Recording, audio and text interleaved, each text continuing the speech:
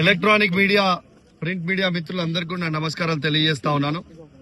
ఇవాళ ప్రత్యేకంగా నిన్న రాత్రి 1 నుంచి ఇప్పటి వరకు రేవంత్ రెడ్డి గారు చేస్తున్న డ్రామా, ఆ డ్రామాలో ఇవాళ నన్ను అక్రమ కేసులు పెట్టి అరెస్ట్ చేసిన తర్వాత ఇవాళ ప్రత్యేకంగా నాకు సహకరించిన మా హుజరాబాద్ నియోజకవర్గంలో ఉన్న బీఆర్ఎస్ పార్టీ కుటుంబ సభ్యులందరికీ పేరు పేరున మరియు ప్రత్యేకంగా మా legal cell BRS party legal team కి నా చేతులు జోడించి శిరస్సు వంచి మరీ వారికి పేరు పేరున నా ధన్యవాదాలు తెలియజేస్తా ఉన్నాను.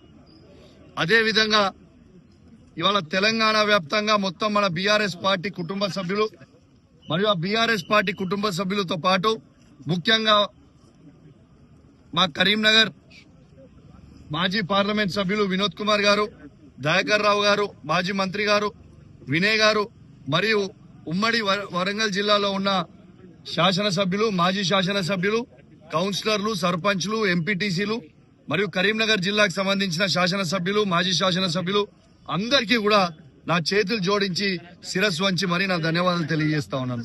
ఇవాళ కేసీఆర్ గారి నాయకత్వంలో ఖచ్చితంగా మీరు ఎన్ని అక్రమ కేసులు మా మీద పెట్టి నన్ను జైలు పంపాలనుకున్నావు అని ఎన్నిసార్లు అనుకున్నా ఖచ్చితంగా మేము నువ్వు కేసులు పెట్టినంత మాత్రాన భయపడేది ఉండదు.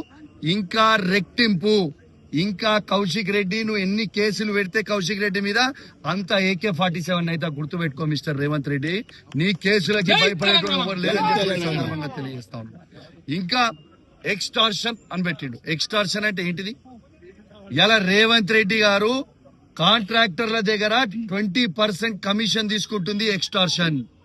ఇలా వరంగల్ జిల్లాలో సీతక్క గారు ములుగులో ఉష్కె దందా చేసి కాంట్రాక్టర్లను బెదిరించి పైసలు వసూలు చేస్తుంది. ఎక్స్టార్షన్. ఇవాళ కడియం శ్రీహరి గారు పేదల భూములు బెదిరించి గుంజుకుంటున్నాడు. అదే విధంగా ఇల్లీగల్ గా కారీ నడుపుతుంది. ఎక్స్టార్షన్. ఇక్కడ ఉన్న శాసనసభ్యుడు, వర్ధనపేట శాసనసభ్యుడు ఇవాళ పోలీసుల దగ్గర పైసలు వసూలు చేసి పోస్టింగ్ ఇచ్చింది. ఎక్స్టార్షన్.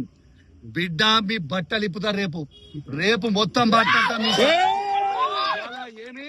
ఇలా శాంపుల్ చూపించిన రేపు ఎవిడెన్స్ తో సహా ఏ విధంగా మీరు వసూలు చేస్తుర్రో, ఏ విధంగా మీరు అన్యాయంగా తెలంగాణ గవర్నమెంట్ కి నష్టం చేస్తున్నారో ఖచ్చితంగా రేపు హైదరాబాద్ నడిబొడ్డున మా పెద్దలతోని డిస్కస్ చేసి ఖచ్చితంగా దాన్ని బయట పెట్టబోతా ఉన్నాను. రేపు ఎవరు ఊహించుకోని విధంగా రేపు ప్రెస్ మీట్ ఉంటది.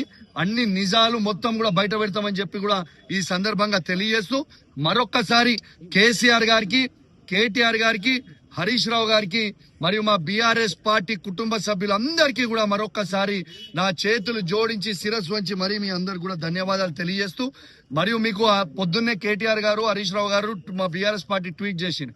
న్యాయస్థానం మీద మాకు నమ్మకం ఉంది, ఖచ్చితంగా న్యాయస్థానం మీద నమ్మకం ఉంది అన్నది, న్యాయం గెలుస్తుంది అన్నారు.